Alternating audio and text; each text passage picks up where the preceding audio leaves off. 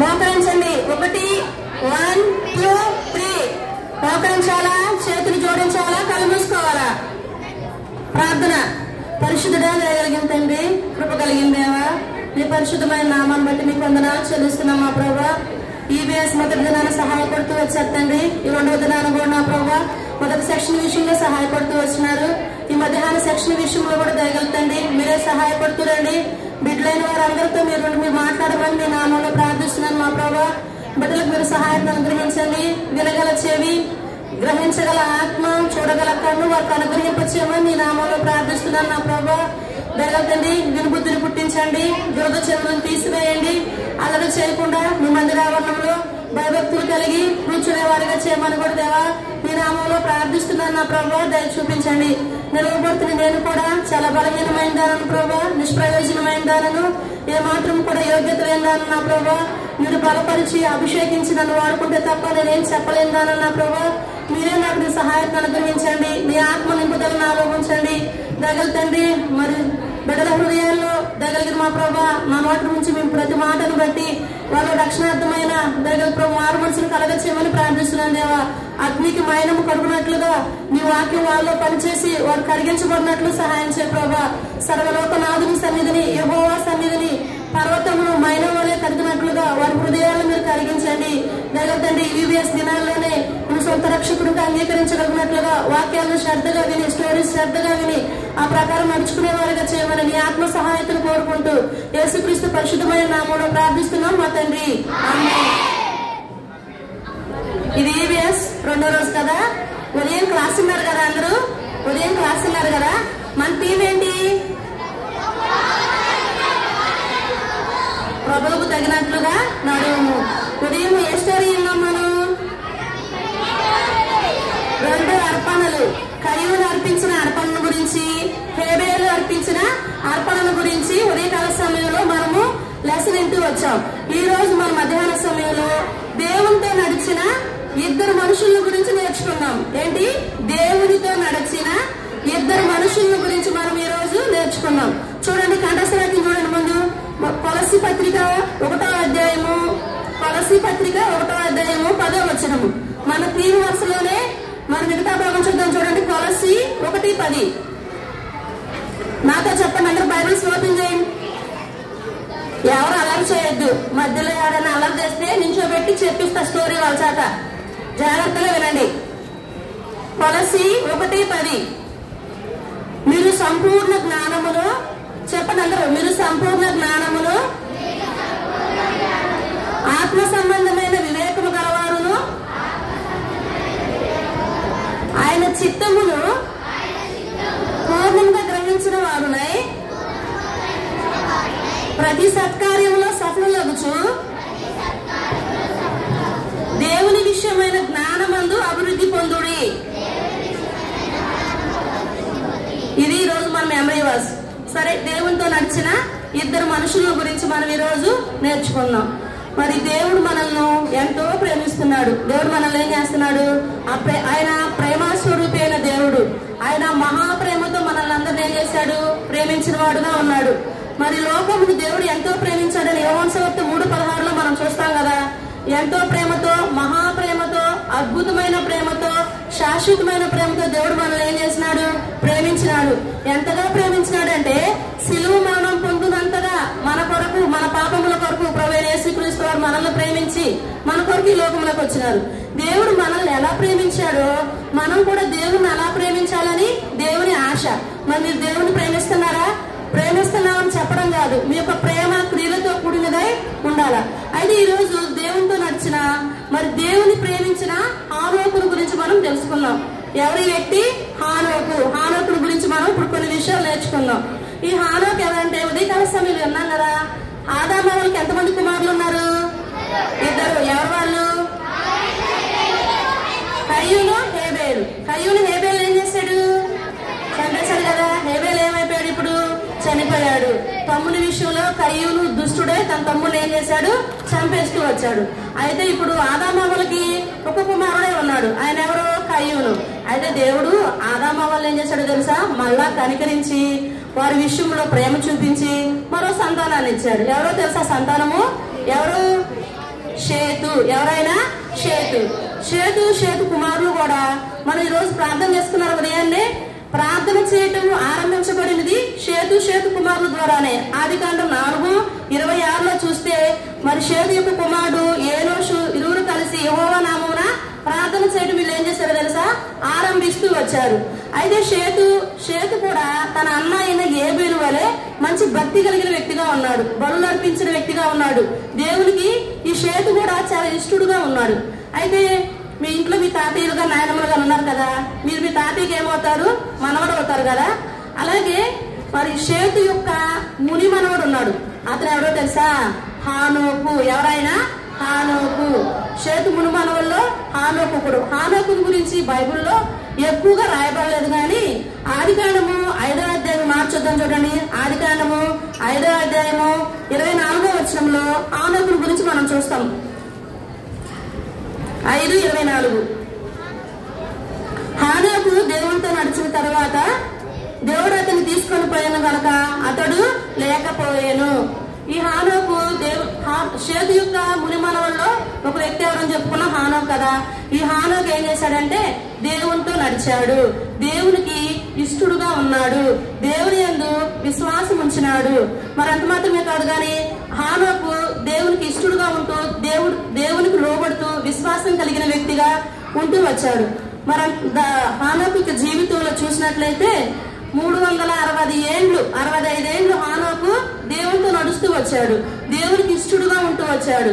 మరి మన యొక్క జీవితంలో మరి మనం కూడా దేవునికి ఎలా ఉండాలంట, ఇష్టలుగా జీవించాలి. మనం చూసినట్లయితే హానోకు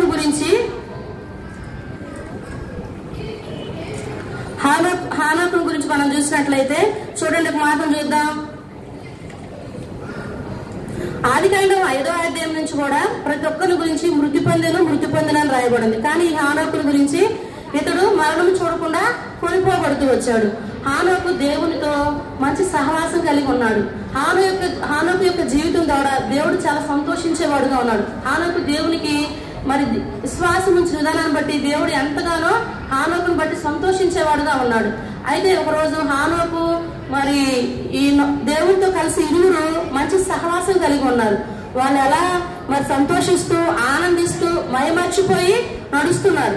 ఆ రాత్రి చీకటి అయిపోగానే దేవుడు ఏం చేశాడు తెలుసా, హానోకుని తన ఇంటికి తీసుకొని వెళ్ళిపోయాడు. అంటే ఇక్కడ ఏంటంటే మరి హానోకు తన యొక్క జీవితంలో విశ్వాసం ఉంచాడు. విశ్వాసం అంటే ఏంటి? విశ్వాసం అంటే ఒక మాట యందు నమ్మిక ఉంచడం, చూడని దానిని మరి నమ్మటమే విశ్వాసం. హెబ్రీ పత్రిక 11వ అధ్యాయంలో ఒక విషయం చూద్దాం చూడండి. హెబ్రీ పత్రిక 11వ అధ్యాయము 1వ వచనంలో ఈ మాట చూద్దాం. హెబ్రీ 11:1. హెబ్రీ పత్రిక 11వ అధ్యాయము 1వ వచనము.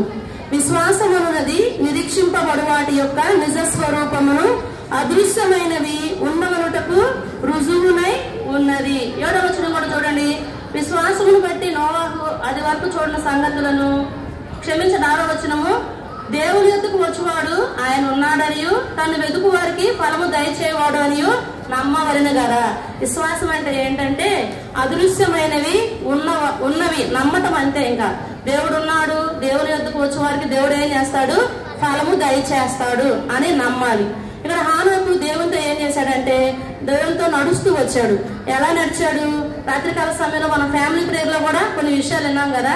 హానోకు మనసు అంట దేవుని హృదయంతో సమ్మతి గల మనసు కలిగి హానోకు దేవునితో నడిచాడు. ఇద్దరు ఫ్రెండ్స్ ఉంటారు కదా, ఇద్దరు ఫ్రెండ్స్ కూడా వారి యొక్క మనసులు కలిస్తే ఏం చేస్తారు, ఇరువురు కూడా కలిసి నడుస్తారు. అలాగే హానోకు మనసు మరి దేవునికి ఇష్టమైనదిగా ఉంటూ వచ్చింది. మనం కూడా అలాంటి సమ్మతి కలిగిన మనసు కలిగి దేవునితో నడిచేవారిగా ఉండాలి. ఇక్కడ చూసినట్లయితే మరి మనం దేవుణ్ణి ఎలా సంతోష పెట్టగలం? మరి నీ ద్వారా దేవుడు సంతోషపడుతున్నాడా? హానోకు ద్వారా దేవుడు ఏం చేస్తున్నాడు, సంతోషపడుతున్నాడు. హానోకు ఉండే జీవిత విధానం, హానోకు ఇష్టడుగా ఉన్నాడు, విశ్వాసం కలిగి ఉన్నాడు, మరి దేవునితో నడిచిన వాడుగా ఉన్నాడు, మరి చూడని దానిని కూడా మరి నమ్ముతున్నాడు, దృఢ విశ్వాసం కలిగిన వ్యక్తిగా ఉన్నాడు. మరి నువ్వు దేవుని ఎలా సంతోష పెట్టగలవు? నీకు సంతోష పెట్టాలని ఆశ ఉందా? అయితే చెడు కార్యాలు చేస్తే దేవుడు సంతోషపడతారా? దొంగతనం చేస్తే దేవుడు సంతోషపడతారా? అబద్ధాలు చెప్తే దేవుడు సంతోషపడతాడా? సరే మంచి చేసాం, ఏం చేస్తాం? ఫ్రెండ్స్ కి హెల్ప్ చేస్తాం, దేవుడు సంతోషపడతాడా? సంతోషపడ్డు. ఏదో కొంచెం అంతే.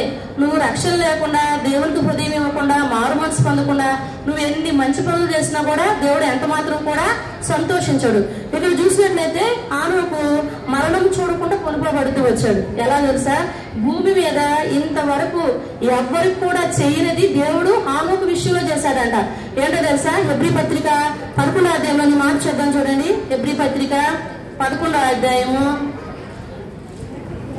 హెబ్రీ పత్రిక 11వ అధ్యాయము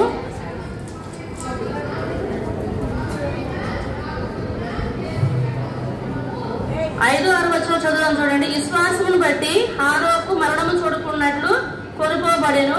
అతడు కొనుకోబడక మునుపు దేవునికి ఇష్టడుగా ఉండేనని సాక్ష్యం పొందెను. కాగా దేవుడు అతన్ని కొనిపోయాను కనుక అతడు కనబడలేదు.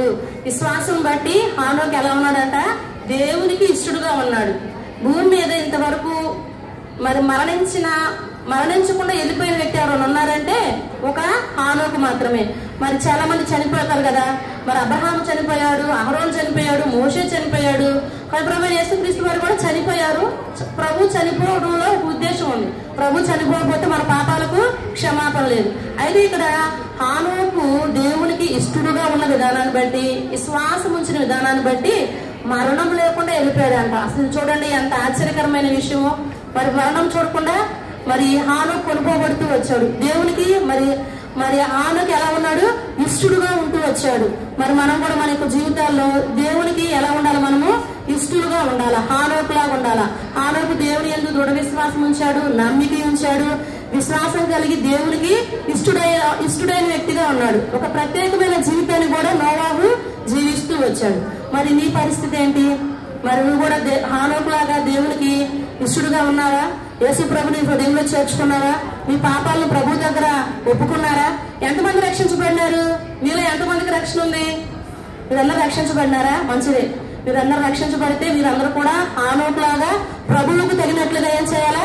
నడవాలా, విశ్వాసంతో నడవాలా, ఆయన సేవించాలా. హానోకు ఎలా ప్రత్యేకంగా జీవించాడో, ఎలా విశ్వాసం కలిగి ఉన్నాడో అలాగా మరి హానోకు మాదిరిగా జీవించాలా.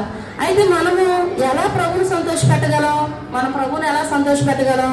చూడండి, యెహోషువ గ్రంథంలోనే ఒక మాట చూస్తే, యెహోషువ గ్రంథము మన ద్వారా హానోకు ద్వారా అయితే దేవుడు సంతోషించాడు. ఎలా సంతోషించాడు? విశ్వాసాన్ని బట్టి, ఇష్టడుగా ఉన్న విధానాన్ని బట్టి, విధేయత కలిగి ఉన్న విధానాన్ని బట్టి, హానోకును బట్టి దేవుడు సంతోషించాడు. మరి నిన్ను బట్టి నన్ను బట్టి దేవుడు ఎలా సంతోషిస్తాడు తెలుసా? యెహోషువ గ్రంథం తీశారు అందరూ. యెహోషువ గ్రంథము 1వ అధ్యాయం 8వ వచనము. యెహోషువ గ్రంథము 1వ అధ్యాయం 8వ వచనము చూడండి. ఈ ధర్మశాస్త్ర గ్రంథమును నువ్వు బోధింపకు తప్పిపోకూడదు. దానిలో రాయబడిన మాట అన్నిటి ప్రకారము చేయుటకు నువ్వు జాగ్రత్త పడినట్లు దివారాత్రము దాన్ని ధ్యానించిన ఎడల నీ మార్గము వర్తిలో చేసుకుని చక్కగా ప్రవర్తించేదవు. మనము మన ద్వారా కూడా దేవుణ్ణి సంతోషించబడాలంటే మనం ఏం చేయాలంట? ఈ ధర్మశాస్త్ర గ్రంథాన్ని, ఈ వాక్యాలు మనం ఏం చేయాలా? చదవాలా.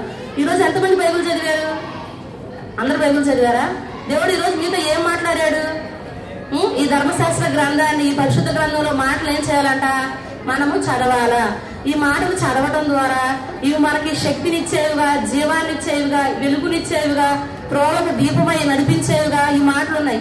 ఈ మాటలు, దేవుని మాటలు మనం చదివేటప్పుడు కృంగిపోతున్న పరిస్థితుల్లో ఈ మాటలను బట్టి మనం ఏం చేస్తాం తెలుసా? ధైర్యపరచబడతాం. కాబట్టి మనం ఈ మాటలు ఏం చేయాలా? మన ద్వారా ప్రభు సంతోషించాలంటే మనం ఈ గ్రంథాన్ని ఏం చేయాలా? చదవాలా. ఎఫెసీ 6:18 కూడా చూస్తే మరి మనం ప్రార్థనలో గడపాలా. ఏంటి?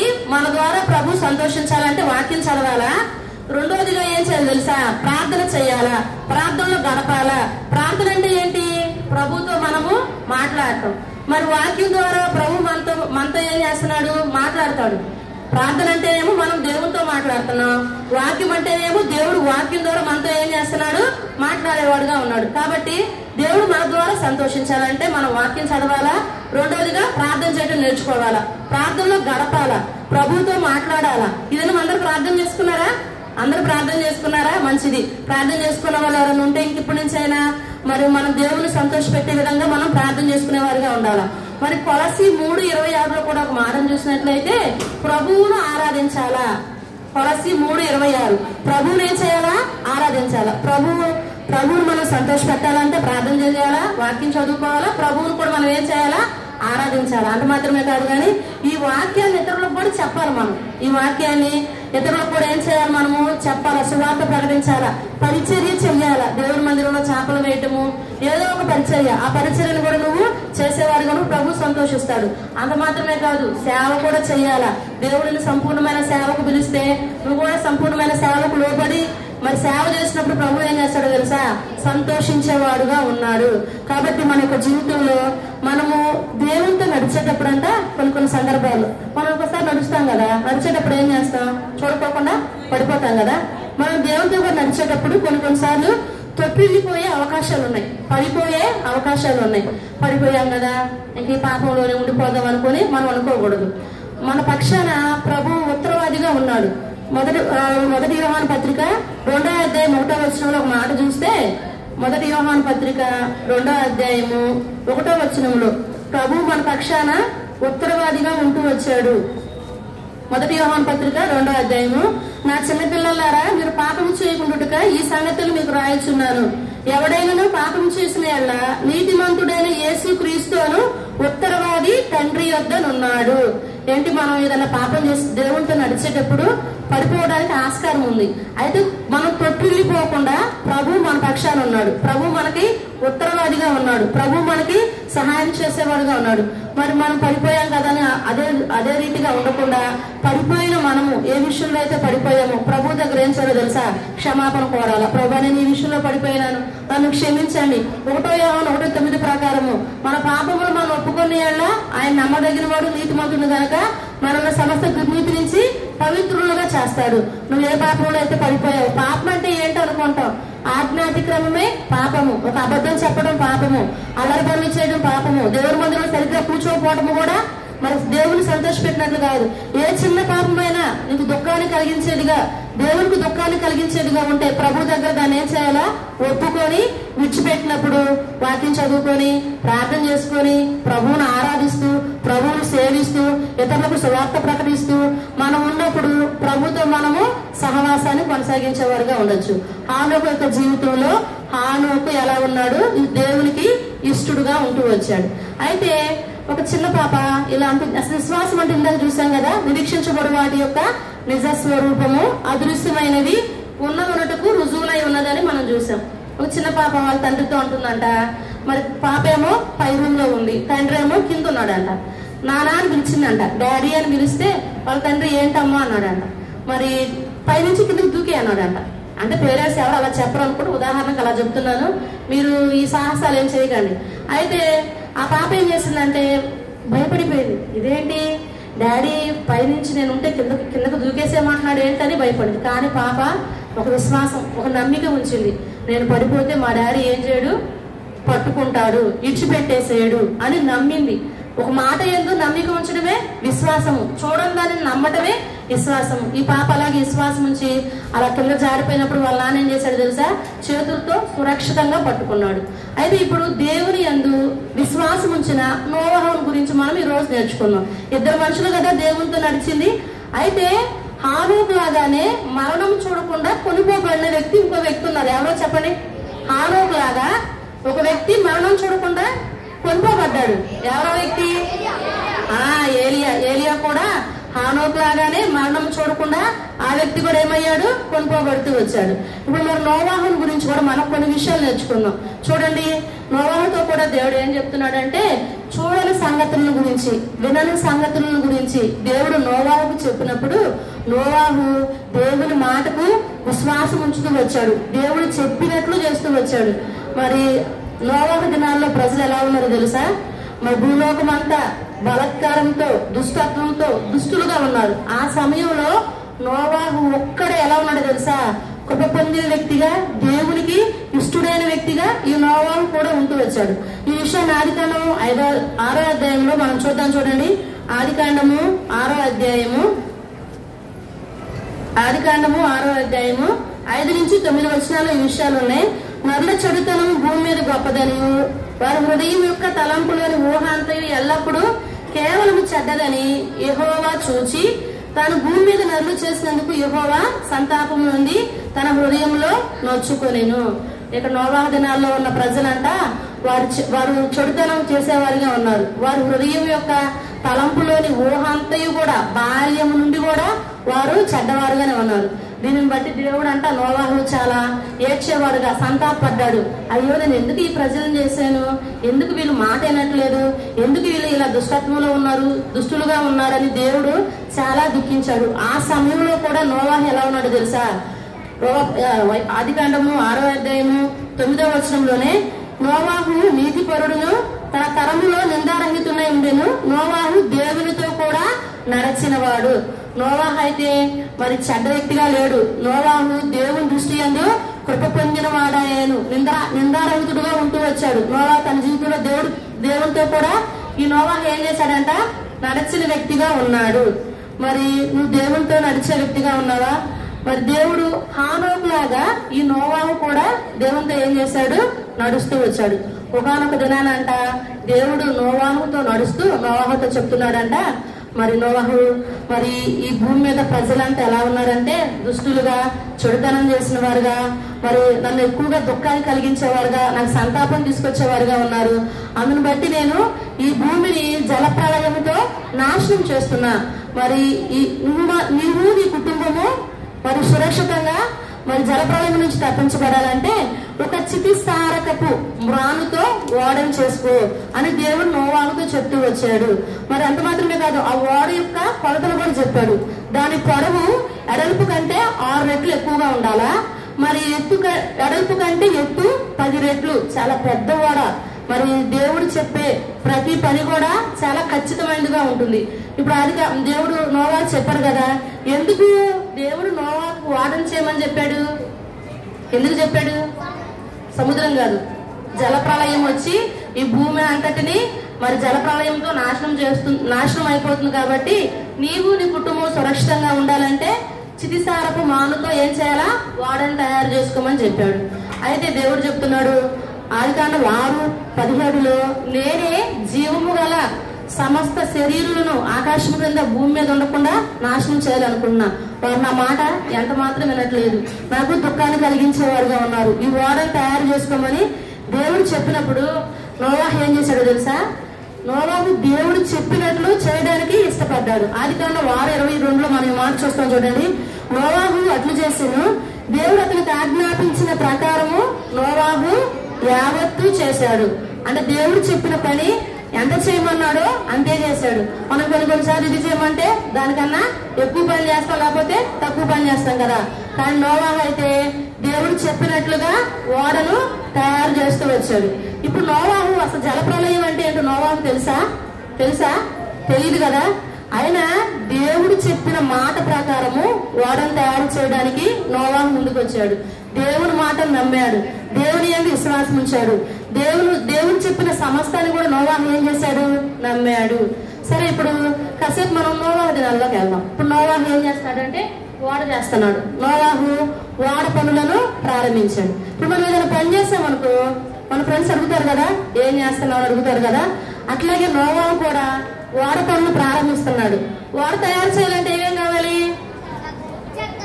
చెక్కలు, ఇంకా సుత్తె, మేకు, ఇవన్నీ కావాలి కదా.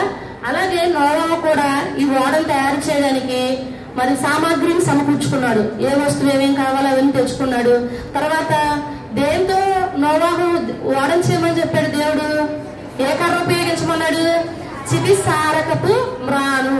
మన ఇంట్లో చాలా వస్తువులు ఉంటాయి కదా, డ్రెస్సింగ్ టేబుల్స్, డైనింగ్ టేబుల్స్, ఇవన్నీ ఏ కలతో తయారు చేస్తారు? కలప, టేపు, అలా. ఈ ఓడను కూడా దేవుడు చితిసారకపు మ్రాన్తోనే చేయమన్నాడు. ఆ చెక్కను కూడా నోవాహు సమకూర్చుకున్నాడు. ఇప్పుడు చాలా మంది మనం ఏదైనా కొంత తీసుకుంటే ఎవరిని అడుగుతారా? అడగరు కదా. ఎక్కువ మొత్తంలో తీసుకున్నాం అనుకో ఏమంటారు? ఎందుకురా బాబు ఎంత కొనుక్కున్నాం అంటారు కదా. అలాగే అక్కడ ఆ వ్యక్తి కూడా అడిగుండొచ్చు, ఏమనంటే ఏంటి ఇంత చక్క కొనుక్కెళ్తున్నావు ఏంటని అడిగుండొచ్చు. ఇరుగు పొరుగు వారు కూడా అడిగుండొచ్చు. ఇప్పుడు నోవాహు చెప్తున్నాడు, దేవుడు జలప్రళయం రప్పిస్తున్నాడు. ఈ జలప్రళయంలో మరి నేను నా కుటుంబం సురక్షితంగా ఉండాలని ఈ ఓడను తయారు చేసుకోమన్నాడు. దానికి కావాల్సిన సామాగ్రిని నేను సమకూరుస్తున్నానని చెప్పుండొచ్చు. అక్కడ ప్రజలందరూ ఏం చేస్తున్నారు తెలుసా? ఏం చేస్తున్నారు నోవాహుని? నోవాహు నువ్వు చేసే పని బాగుంది, వెరీ గుడ్ అంటున్నారా? ఏమంటున్నారు? ఎగతాళి చేస్తున్నారు. నోవాహు నీకేమైనా బుద్ధిహీనమైన పని చేస్తున్నావేంటి? నీకేమైనా పిచ్చి పట్టిందా? నువ్వేంటి ఇలా చేస్తున్నావు? అసలు ఎప్పుడైనా జలప్రలయం అంటే ఏంటో మనకు తెలుసా? అసలు ఎప్పుడైనా మనం వర్షం చూసామా? ఏంటి నువ్వు ఇంత బుద్ధిహీనమైన పని చేస్తున్నావని అక్కడున్న ప్రజలందరూ నోవాహును చాలా ఎగతాళి చేశారు, చాలా మరి బుద్ధిహీనంగా మాట్లాడారు. కానీ నోవాహు ఏమాత్రం కూడా వారి మాటలకు మరి భయపడలేదు, బాధపడలేదు. అలా ఏమంటున్నారు, ఇప్పుడు నోవాహు సమాధానం చెప్తున్నాడు. ఏమనంటే, ఈ భూమి మీద ప్రజలందరూ కూడా మరి దుష్టులుగా బలాత్కారంతో ఆ మార్గాలను చెరిపివేసుకున్న వారుగా ఉన్నారు. దేవుడు వారి విషయమై ఎంతగానో సంతాపడుతున్నాడు. అందుకని జలప్రలయం రప్పించి మరి ఈ భూమిని అంతా నాశనం చేయబోతున్నాడు. దుష్టులుగా కనబడుతున్నాడు దేవుడు కంటే ఆ ఇరుగు పొరుగు వారు అన్నారు, ఎవరు నువ్వు దుష్టులు అంటున్నావు? మేము దుష్టులువా? నువ్వే దుష్టుడు అని నోవాహుని ఏం చేస్తున్నారు తెలుసా? ఎగతాళి చేస్తున్నారు. అయినప్పటికీ నోవాహు ఏమాత్రం, ఇప్పుడు మనం ఏదైనా పని చేసామనుకో, మన ఫ్రెండ్స్ మనల్ని ఎగతాళి చేస్తే మనం పని చేస్తామా? ఏం చేస్తాం? ఈ పని ఏం చేయను, వాళ్ళని ఎగతాళి చేస్తున్నారని వదిలిపెట్టేస్తాం కదా. కానీ నోవాహు అయితే అక్కడ ఇరుగు పొరుగు వారందరూ ఎగతాళి చేసినప్పటికి కూడా నోవాహు ఓడ పనులు చేయటం మాత్రము ఆపలేదు. ఓడ పనులను ప్రారంభిస్తూనే వచ్చాడు, ఓడ చేస్తూనే వచ్చాడు. ఈ ఓడ చేయటం మాత్రమే కాదు కానీ నోవాహు వాడను చేస్తూ నీతిని కూడా ప్రకటించాడు. చెప్తున్నాడు అక్కడ ఉన్న ప్రజలకి, ఇప్పుడైనా మీరు మారండి అయ్యా, మీ విధానం మార్చుకోండి, మీ పాప స్వభావాన్ని మార్చుకోండి, నేను చెప్పేది వినండి, జలప్రలయం వస్తుంది అని చెప్తున్నా ఒక్కళ్ళు కూడా నోవాహు మాట వినట్లేదు. నోవాహు మరి 120 సంవత్సరాలు నీతిని ప్రకటించాడు. ఎన్ని సంవత్సరాలు? 120 సంవత్సరాలు చెప్పారు వాళ్ళకి, వినండి ఇది పరిస్థితి, జలప్రలయం వస్తుంది, భూమి అంతా నాశనం అయిపోతుంది అని చెప్పినా కూడా మరి ఒక్కరు కూడా వినలేదు. ఎవరు కూడా ఆ మాట వినలేదు. ఒక్కరు కూడా ఆ మాట వినుకోకుండా నోవాహుని ఏం చేశారంటే ఎగతాళి చేసిన వారుగానే ఉన్నారు. 120 ఈ పడవను చేయడానికి, ఈ ఓడను చేయడానికి మనం ఏదన్నా రూమ్ కట్టాలనుకోండి, ఒక వారంలోనో, ఒక నెలలోనో, ఒక 2 రోజుల్లోనో అట్లా అయిపోద్ది. కానీ ఈ సిటిసారపు మ్రానుతో ఓడ చేస్తే దాదాపుగా నోవాహుకి 120 సంవత్సరాలు పట్టిందంట. ఎన్ని సంవత్సరాలు పట్టింది? 120 సంవత్సరాలు. అంత పెద్ద గొప్ప ఓడ ఏది ఎలా చేయాలి, పొడవేంటి, ఎడల్పేంటి, ఎత్తు ఎంత ఉండాలా, మరి గదులు ఎలా ఉండాలా, మరి దానికి ఒకే డోర్ పెట్టాలా బయట ద్వారం ఓడకి, ఇవన్నీ కూడా నోవాహుకి దేవుడు చెప్పినప్పుడు మరి నోవాహు అవన్నీ చక్కగా చేస్తూ వచ్చాడు. 2వ పేతురు పత్రిక 2వ అధ్యాయం 5వ వచనంలో నోవాహు నీతిని ప్రకటిస్తుంటే ఒక్కరు కూడా నమ్మట్లేదు కదా. పేతురు రాసిన 2వ పత్రిక 4వ అధ్యాయంలో మాట చూద్దాం చూడండి. పేతురు రాసిన పత్రిక 2వ అధ్యాయము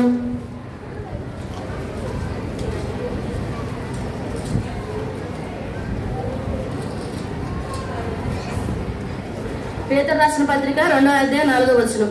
దేవదూతలు పాపం చేసినప్పుడు దేవుడు వారిని విడిచిపెట్టక పాతాళ లోకమందున్న కటిక చీకటి గల బిలములోనికి త్రోసి తీర్పునకు కావలిలో ఉంచుటకు వారిని అప్పగించాను. దేవదూతలు పాపం చేస్తేనే దేవుడు అంటే వారిని ఏం చేయలేదు, విడిచిపెట్టల. మరి భూమి మీద ఉన్న సామాన్యమైన ప్రజల సంగతి ఏంటి? ఈ నోవాహు నీతి చెప్పినా, సువార్త ప్రకటించినా ఒక్కళ్ళు వినల. 120 సంవత్సరాలు పట్టింది. 120 సంవత్సరాలు అయిపోయిన తర్వాత ఓడంతా ముగించబడింది. నోవాహు దేవుడు చెప్పినట్లే వాడు చేస్తూ వచ్చాడు. ఇప్పుడు దేవుడు చెప్తున్నాడు, మరి నోవాహుకి ఎంతమంది పిల్లలు మీకు తెలుసా? 3 కొడుకులు, 3 కోడళ్ళు. నోవాహు భార్య, నోవాహు 3 కొడుకులు, 3 కోడళ్ళు కలిసి మీ కుటుంబంగా ఆ ఓడలోనికి మీరు వెళ్ళండి. మనం ఏదైనా ఊరు వెళ్తున్నాం అనుకోండి, చాలా దూర ప్రయాణం అనుకోండి, సాయంత్రానికి లంచ్ బాక్స్ పట్టుకెళ్తాం కదా. ఇప్పుడు దేవుడు చెప్తున్నాడు, మీరు ఆ ఓడలో ప్రవేశిస్తున్నారు కదా, మీకు కావలసిన ఆహారాన్ని కూడా మీరు తీసుకెళ్ళండి. మళ్ళీ ఏం చెప్తున్నాడంటే, పవిత్రమైన జంతువులలో కొన్నింటిని, మరి మగవాటిని ఆడవాటిని జతలుగా అన్ని ఏవేవైతే భూమి మీద ఉన్నాయో అవన్నీ తీసుకెళ్ళమని దేవుడు నోవాహుతో చెప్తూ వచ్చాడు. చూడండి, నోవాహు 3 కొడుకులు, కోడళ్ళు, నోవాహు భార్య, మరి జతలు పవిత్రమైనవి, మరి ఆడదొకటి మగదొకటి, జిరాఫీ ఏంటి, అక్కడ ఉన్న జంతువులన్నీ కూడా అవి ఎలా వెళ్తున్నాయి లోపలికి? ఎలా పడితే అలా వెళ్ళిపోతున్నాయా? మీరు ఎలా వెళ్ళిపోతున్నారు? క్రమంగా వెళ్తున్నారా? నోరు లేని జంతువులు ఎలా ఉన్నాయి?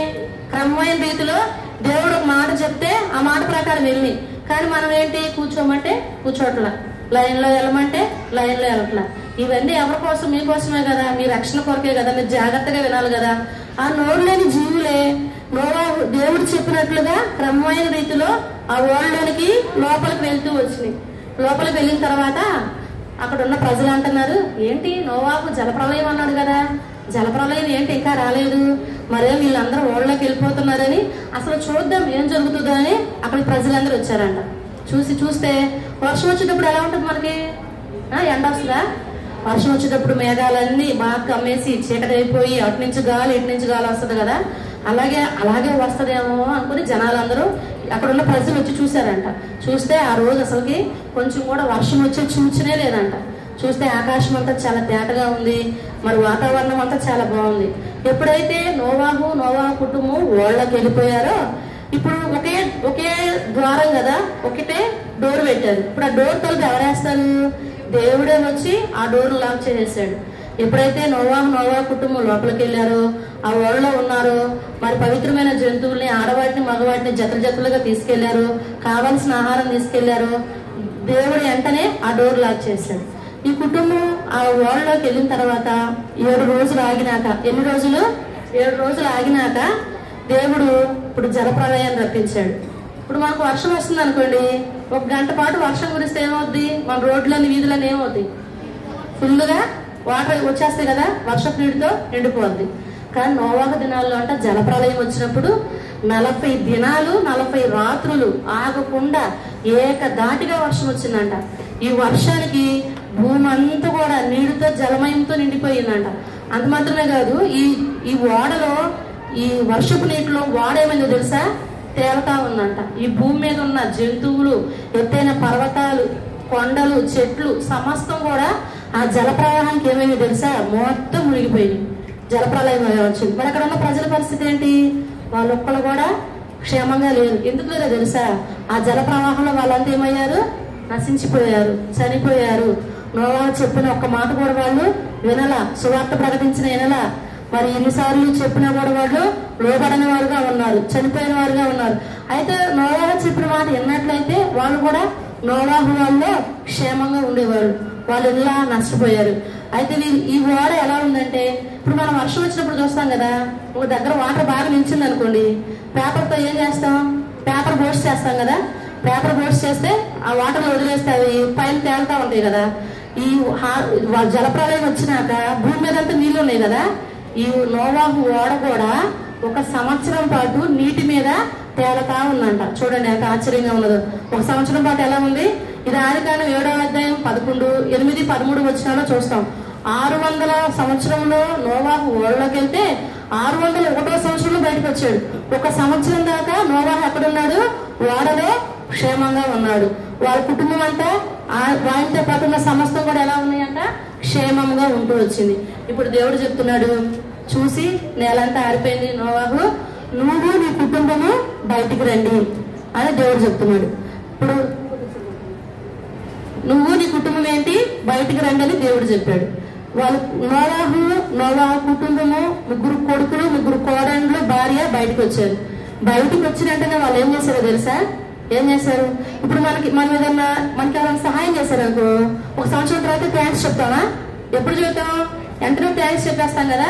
ఇక్కడ నోవాహు కుటుంబం కూడా వాళ్ళలో నుంచి బయటకు వచ్చిన వెంటనే ఒక బలిపీఠం కట్టారు. ఏం చేశారో తెలుసా?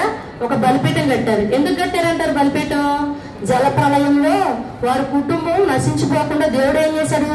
వాళ్ళని కాపాడుతూ వచ్చాడని కృతజ్ఞతగా నోవాహు ఏం చేశాడంటే ఒక బలిపీఠం కట్టి పవిత్రమైన జంతువులను తీసుకొని అక్కడ నోవాహు ఏం చేశాడు? బలి అర్పిస్తూ వచ్చాడు. దేవుని ఇంకా చెప్తున్నాడు, ఈ జలప్రలయం వచ్చింది కదా, జలప్రలయం వచ్చి ఈ ప్రజలందరూ కూడా ఏమయ్యారు? చనిపోయారు. కానీ నువ్వు నన్ను, నా కుటుంబాన్ని క్షేమంగా ఉంచావు అని దేవుడికి ఏం చేస్తున్నారు తెలుసా? బలి అర్పిస్తూ కృతజ్ఞతలు చెప్తూ వందనాలు కూడా చెప్తూ వస్తున్నారు. అయితే ఇప్పుడు మనం వర్షం వచ్చేటప్పుడు 2 చినుకులు పడుతుంది, ఓ పక్కనేమో ఎండ వస్తుంది, అప్పుడే ఏమొస్తుంది? ఇంకోటి రెయిన్బో. అక్కడ చూడండి, అక్కడ ఇంద్రధనుసు కూడా మరి నోవాహు దినాల్లో ఇప్పుడు దేవుడు ఇంత చేసి జలప్రలయం తెప్పించినా వాళ్ళు ఎవరు మార్పు చెందకపోవడం చూసి ఇప్పుడు దేవుడు నోవాహుతో ఒక నిబంధన చేస్తున్నాడు, ఒక ప్రమాణం చేస్తున్నాడు. ఏమనంటే, ఇంక ఎన్నటికీ భూమిని నేను నీటితో సర్వనాశనం చేయను నోవాహు అని ప్రమాణం చేస్తా వచ్చాడు.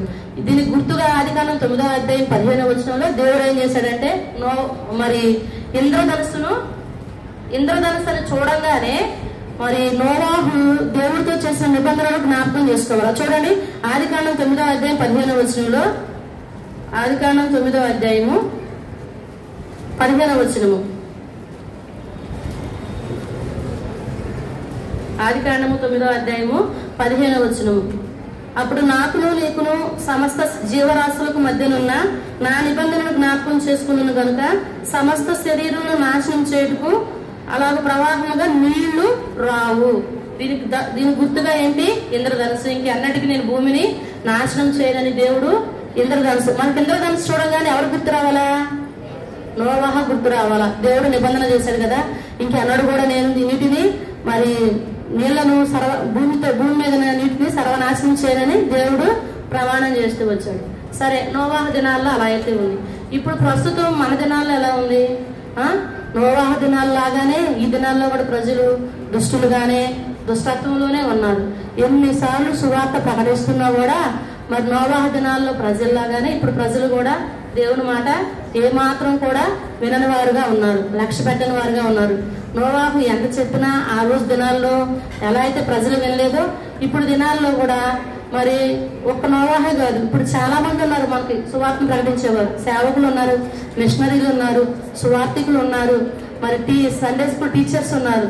ఇంకా చూస్తే టీవీల ద్వారా, రేడియోల ద్వారా కూడా దేవుని సువార్త ఎంతగానో మనకి వినిపించబడుతుంది. కానీ ఈ సువార్తకు, దేవుని మాటకు నువ్వు లోబడుతున్నావా? యేసు ప్రభుని రక్షకుడుగా నువ్వు నమ్మినావా? నీ పాపాలు క్షమించబడ్డాయా? ప్రభుకు నీ హృదయంలో చోటిచ్చావా? ఇచ్చారా? ప్రభుకు నీ హృదయంలో చోటిచ్చారా? మీరు రక్షించబడినారా? మరి ఇలాంటి అవకాశాలు ఇంకా మరి వస్తున్నారు, యూఎస్ కి ఖాళీగానే వెళ్ళిపోతున్నారు. ఇట్లా సువార్త ప్రకటిస్తున్నా కూడా ఒక్కరు కూడా నమ్మట్లా. మరి నీ సంగతి ఏంటి? ఎప్పుడైనా ఆలోచించావా? మరి ప్రభు సిలువలో నీ కొరకు ఎంతగా ప్రాణం పెట్టాడు, ప్రభు నిన్ను ఎంతగా ప్రేమిస్తున్నాడు, నీకు నీ వల్ల ఎంతగా ఒక లక్ష్యాన్ని కలిగి ఉన్నాడు, ఒక ఆలోచన కలిగి ఉన్నాడు, ప్రణాళిక కలిగి ఉన్నాడు. మరి ఇంకా యూఎస్కి వచ్చి ఇలా ఖాళీగానే వెళ్ళిపోతున్నావు. సమయాన్ని సద్వినియోగం చేసుకుంటున్నావా? దేవుని ఆత్మ నీలో ఉండగానే దేవునికి నీ హృదయాన్ని ఇస్తున్నావా? ప్రభు దగ్గర నీ పాపాలు ఒప్పుకుంటున్నావా? మరి ప్రభు దగ్గర నీ పాపాలు ఒప్పుకుంటే ప్రభు ఏం చేస్తాడు? ఆయన క్షమించుటకు సిద్ధమైన మనసు గలవాడు.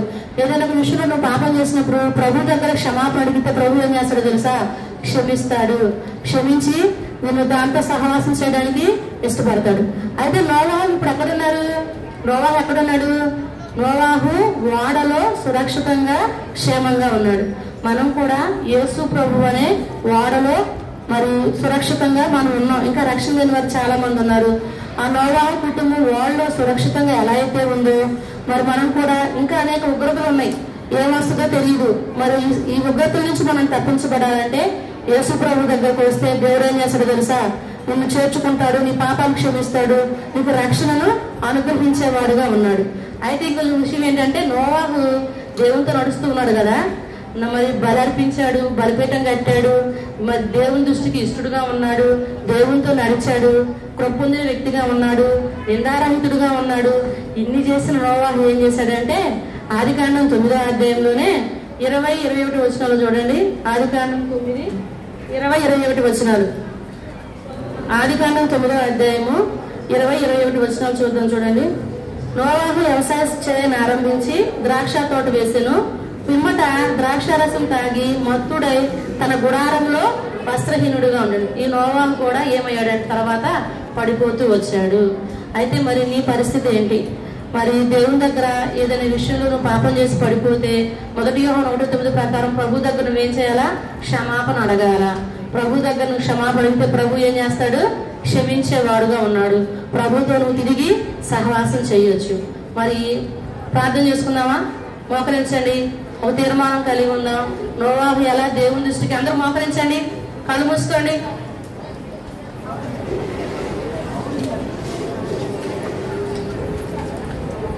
మోకరించండి, కళ్ళు మూసుకోండి అందరూ.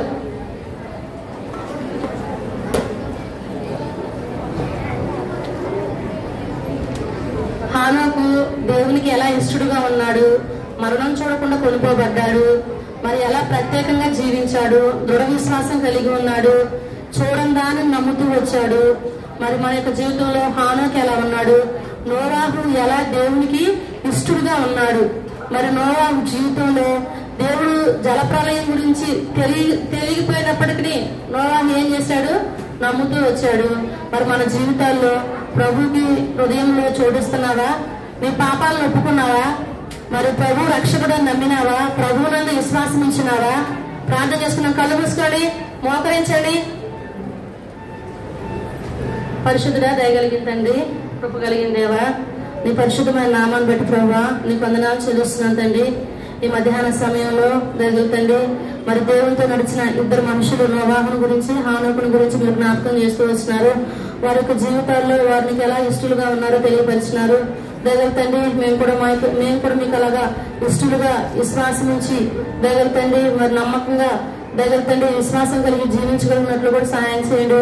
బిడ్డలు ఏదైతే విన్నారో ప్రభా అది వారి హృదయాల్లో నీరు కట్టి ఫలింపచేయండి. వారిలో నా ప్రభు రక్షణార్థంగా ఈ మాటలు పనిచేయగలిగినట్లు కూడా సహాయం చేయండి. వారిని ఆ పాపం గురించి, తీర్పుల గురించి వారిని ఒప్పింపచేయండి. దయగలుగుతండి వారిలో వాక్యం పనిచేయగలిగినట్లు కూడా సహాయం చేయండి. శక్తి నిలబడడానికి ఏ మాత్రం శక్తి లేని నాకు, అయోగ్యురాలైన నాకు మీరు సహాయపడుతూ వస్తున్నారు. అందుని బట్టి దేవానికి వందనాలు చెల్లిస్తున్నాను.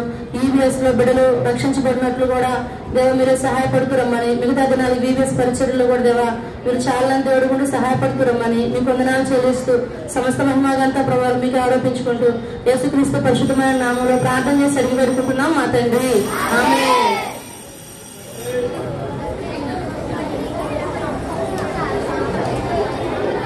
నాన్న కొత్త పిల్లలు ఎవరైనా వచ్చారా? న్యూ చిల్డ్రన్ ఎవరైనా కొత్త పిల్లలు వస్తే ఇట్రండి. బాక్సెస్ తీసుకోవడానికి ఓన్లీ టీచర్స్.